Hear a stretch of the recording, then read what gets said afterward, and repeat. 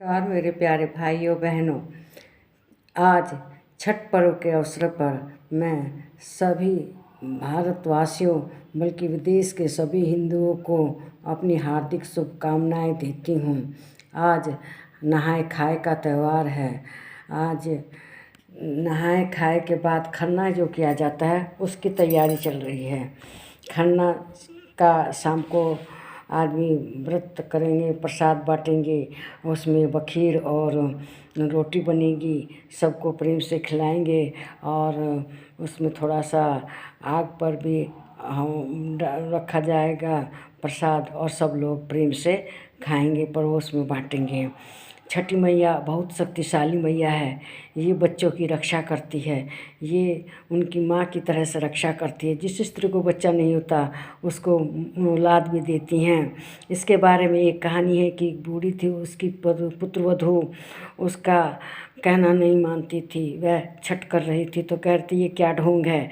ऐसे कह के उसके जब पति ने समझाया तो अपनी सास के साथ घाट पर गई और मजाक बनाती रही और बल्कि मेला घूमने चली गई, पूजा नहीं की।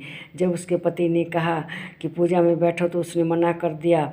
थोड़ी देर बाद उसका पति घाट पर घूम रहा था कि तभी अचानक पैर फिसल गया और गंगा जी में डूब गया। तब उसकी माँ रोने लगी तो वह उसकी बहू कहने लगे कि तुमने यह क्या किया, मेरे पति का क्या हालत हो गई। तब वह बूढ़ी रोने लगी और छठी मैया से प्रार्थना करने लगी कि कौन सी गलती हुई। तब छठी मैया ने साक्षात प्रकट होकर कहा कि देखो तुम्हारा कोई दोष नहीं है, तुम्हारी पुत्रवधू इसमें विश्वास नहीं रखती है, इसलिए मैंने उसकी आँख खोलने के लिए उस पुत्र को थोड़ी देर के लिए पानी में उझल कर दिया। और यह कहकर एक लहर पानी में आई और उसका पुत्र नदी के किनारे लहर के साथ आ गया और खड़ा हो गया।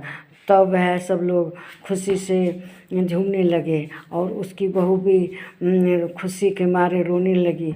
उसने छठी मैया से माफ़ी मांगी कि ये छठी मैया मुझे माफ़ कर दीजिए, मैं नहीं जानती थी आपकी महिमा। और इस प्रकार से छठी मैया ने उसको माफ़ कर दिया। इसलिए आदमी अपने पुत्रों की सुरक्षा के लिए, उनके घर का वंश चलाने के लिए छठी मैया का व्रत रखते हैं और उस घाट पर सूरज भगवान को जाकर अर्घ देते हैं। ये छठी मैया कार्तिकेय के से ही संबंधित है और ये छठी मैया जगत जननी भगवती का साक्षात स्वरूप है। जो छठी मैया की पूजा करता है, छठी मैया उसकी सभी मनोकामनाएं पूर्ण करती हैं। कोई भी मनोकामना हो वह सब पूरी करती है छठी मैया।